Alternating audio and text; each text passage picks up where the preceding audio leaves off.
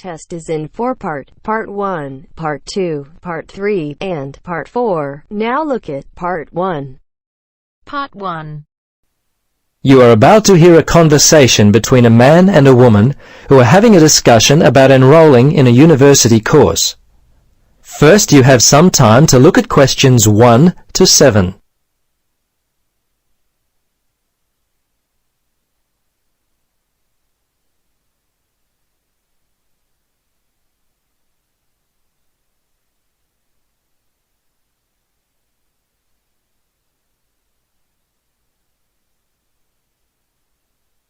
Now, listen carefully and answer questions 1 to 7.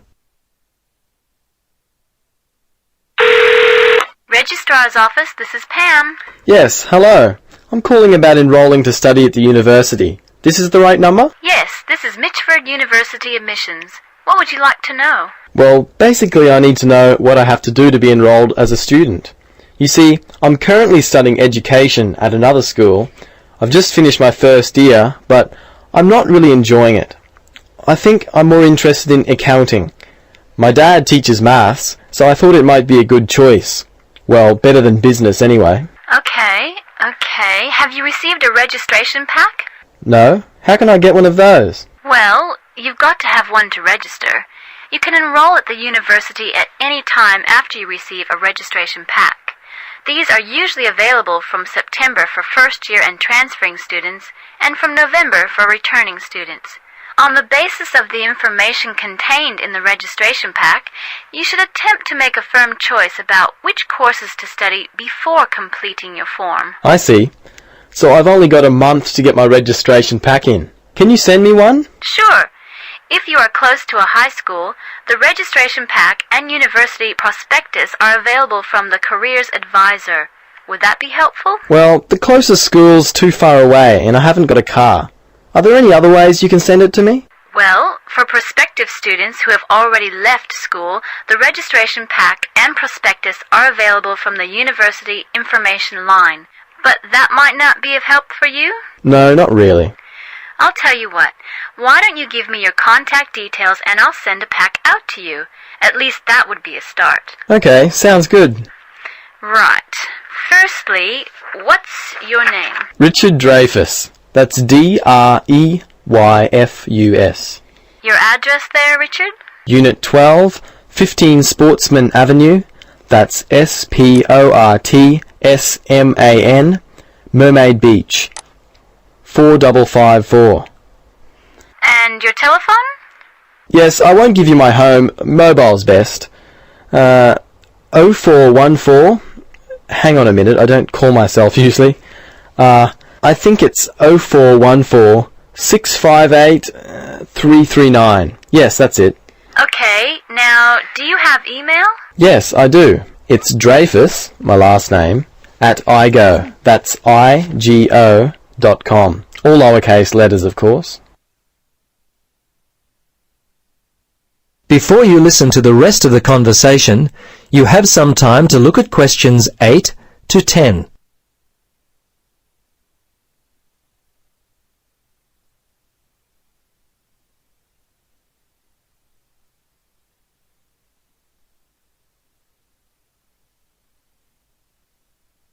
Now listen carefully and answer questions 8 to 10. Okay, that looks fine. Now, do you have any questions for me? Yes, I've got a friend who is interested in studying at the university. I'm not sure what would be the best way for him to register.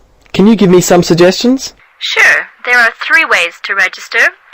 Option 1 is telephone registration. Before you telephone, fill out the registration form included in your pack. This will ensure you have all the information that you require. The number is in your registration packet. Don't forget to hold on to a copy of your registration form for future reference. Yep, okay. Option 2 is registration by post. All you have to do there is complete the relevant sections of the registration form and post the completed form together with all documentation required in the envelope provided. All right. The third way is to simply come in. Visit the Student Information Center in the Information Services building and your friend will receive personal assistance on how to complete his forms. Thanks very much. You've been most helpful. You're welcome. Good luck with your future studies. That is the end of part 1. You now have half a minute to check your answers.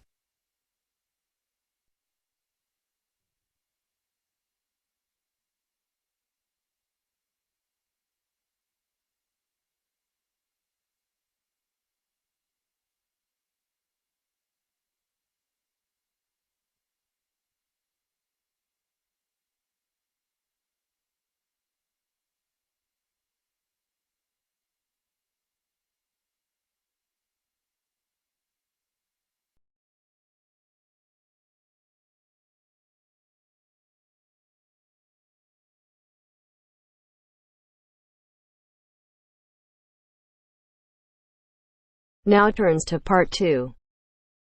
Part 2. You are going to hear a conversation between a student and a driving instructor. First, look at questions 11 to 14.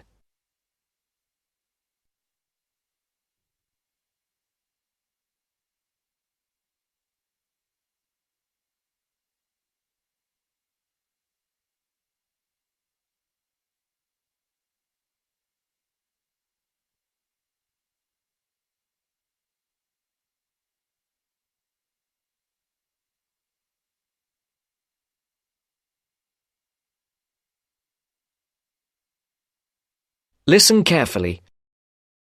Hello, I'm going to be your driving instructor today. Are you ready to begin?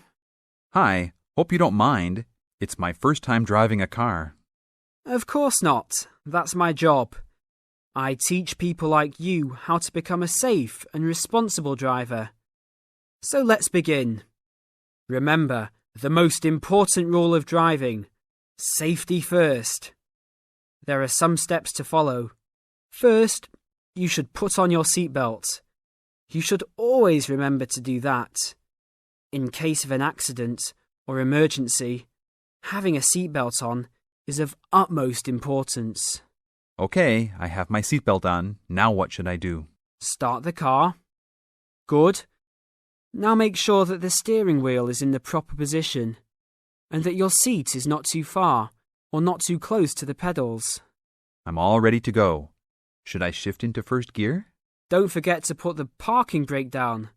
You don't want to drive with that up. Oh yeah, I almost forgot. If I have the parking brake on, I won't be able to accelerate. Yes, that's right. Now put the car in reverse and slowly back out of the parking space. Good. Put the car in first gear. When should I shift? Is it better to shift slowly or quickly?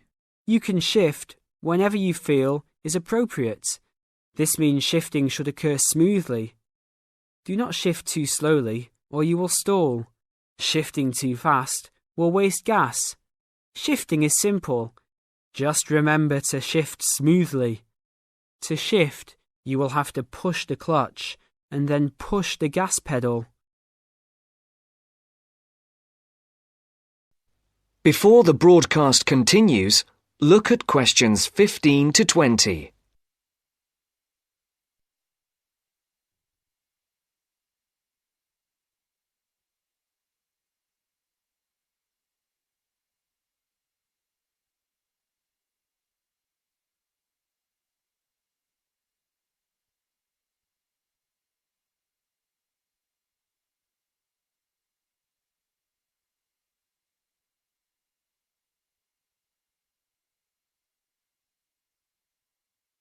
You will now listen to the second part of the talk.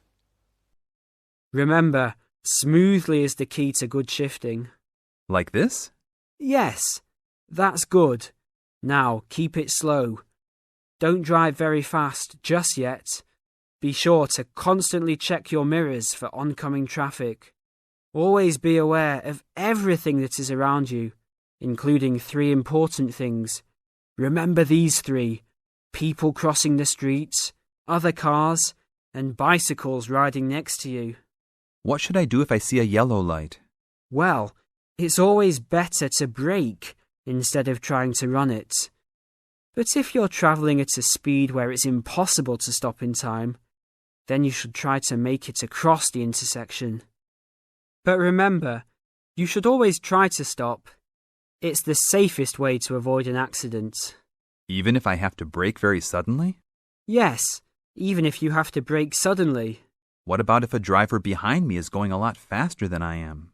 You should always be ready to move to a slower lane if a driver behind you is forcing you to go faster than you are comfortable with. Never try to speed up to accommodate a faster driver. You could risk an accident or a speeding ticket. It's better to let him go. That sounds like good advice. Be careful. There is a sharp turn up ahead. Remember to brake before turns.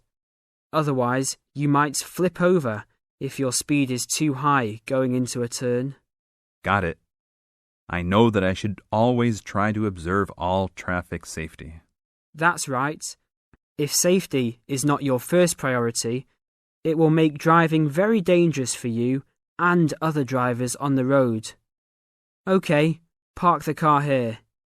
You did a great job today for your first day. I'll see you in 3 days. Thanks so much. I will see you then.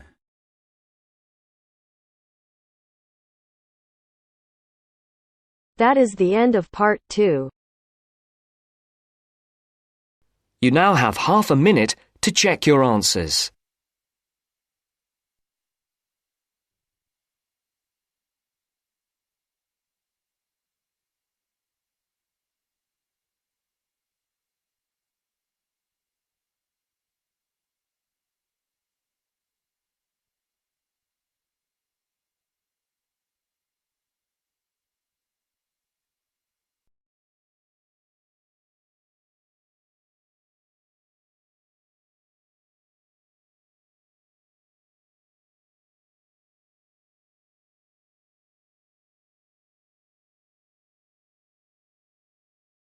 Now turns to part 3. Part 3. Hear an interview conducted by an interviewer Spiegel with the scientist Peter Piot, who discovered Ebola, a dangerous disease. Both of them are conversing about the disease and its origin.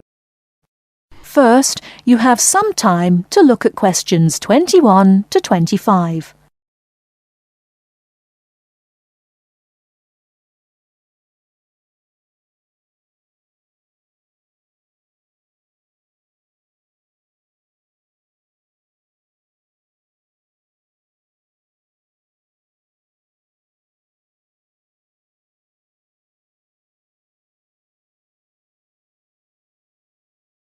Now listen carefully and answer questions 21 to 25.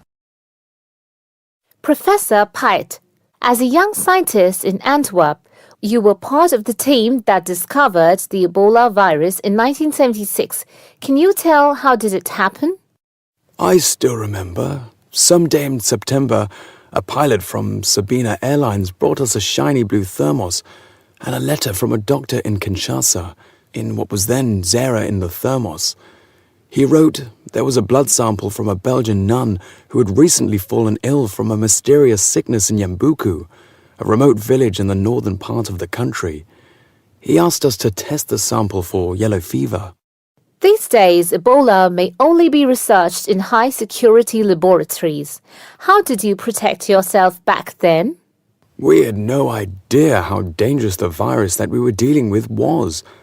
And there were no high-security labs in Belgium back then. We just wore our white lab coats and protective gloves. When we opened the thermos, the ice inside had largely melted and one of the valves had broken. Blood and glass shards were floating in ice water. We fished the other, intact test tube out of the slop and began examining the blood for pathogens using the methods that were standard at the time. But the yellow fever virus apparently had nothing to do with the nun's illness. No, and the test for Lassa fever and typhoid fever were also negative. What then could be? Our hopes were dependent on being able to isolate the virus from the sample. To do so, we injected it into mice and other lab animals. At first, nothing happened for several days. We thought that perhaps the pathogen had been damaged from insufficient refrigeration in the thermos. But then, one animal after the next began to die. We began to realize that the sample contained something quite deadly. But you continued. Other samples from the nun who had just died arrived from Kinshasa when we were just about able to begin examining the virus under the electron microscope.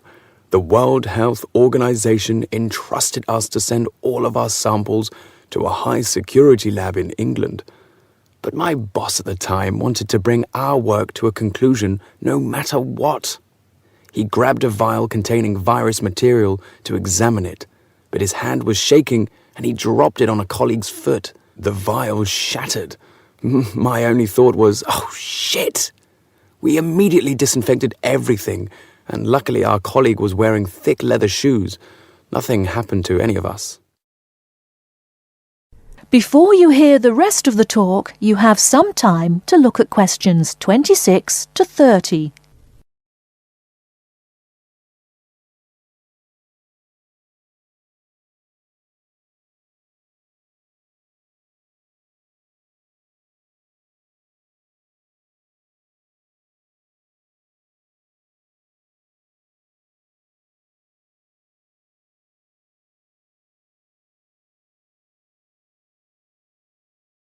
Now listen and answer questions 26 to 30. You were finally able to create an image of the virus using the electron microscope. Yes, and our first thought was, what the hell is that? The virus that we'd spent so much time searching for was a very big, long, and worm-like. It had no similarities with yellow fever. Rather, it looked like the extremely dangerous Marburg virus, which, like Ebola, causes a hemorrhagic fever. In the 1960s, the virus killed several laboratory workers in Marburg, Germany. Were you afraid at that point? I knew almost nothing about the Marburg virus at the time. When I tell my students about it today, they think I must be from the Stone Age. But I actually had to go to the library and look it up in the Atlas of Virology. It was the American Center for Disease Control which determined a short time later that it wasn't the Marburg virus, but a related unknown virus. Hundreds of people had already succumbed to the virus in Yambuku and the area around it. You were also the one who gave the virus its name. Why Ebola? On that day, our team sat together till late into the night. We had a couple of drinks discussing the question. We definitely didn't want to name the new pathogen Yambuku virus, because that would have stigmatized the place forever. There was a map hanging on the wall, and our American team leader suggested looking at the nearest river and giving the virus its name. It was the Ebola River. So by around 3 or 4 in the morning, we had found a name. But the map was small and inaccurate. We only learned later that the nearest river was actually a different one. But Ebola is a nice name, isn't it?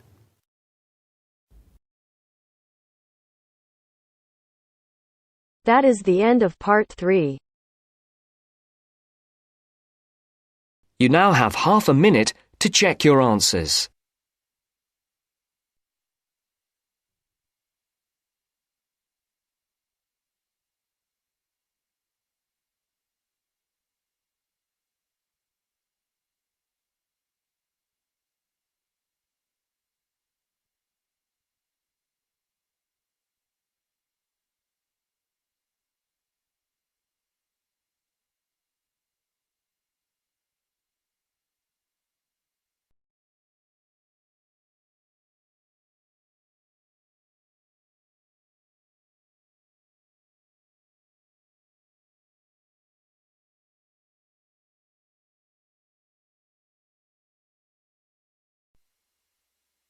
Now turns to part 4. Part 4. You're going to listen to a talk about tea in the UK. First, you have some time to look at questions 31 to 40.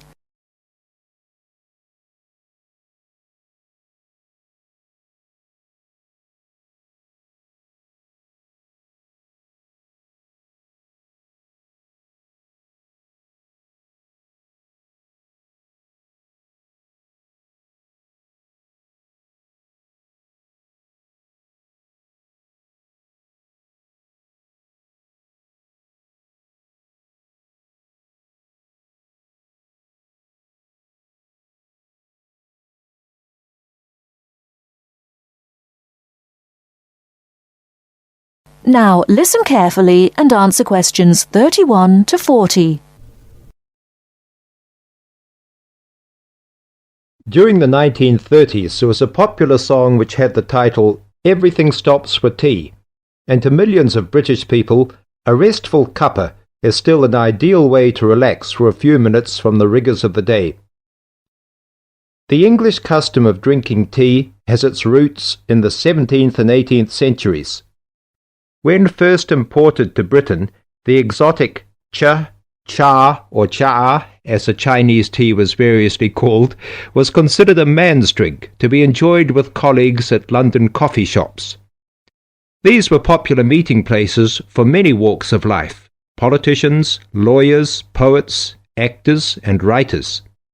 Many London clubs began in this manner, and the famous Lloyd's Insurance underwriters started out as Lloyd's Coffee House. In 1706, the first coffee house that offered tea was Tom's Coffee House, owned by Thomas Twining. He realized that he needed to introduce an added attraction to compete with the many other coffee houses in London, and tea was rare, exotic, and extremely expensive. With these credentials, tea became an exclusive drink and enabled Twining to open a tea shop under the sign of the Golden Lion in the Strand.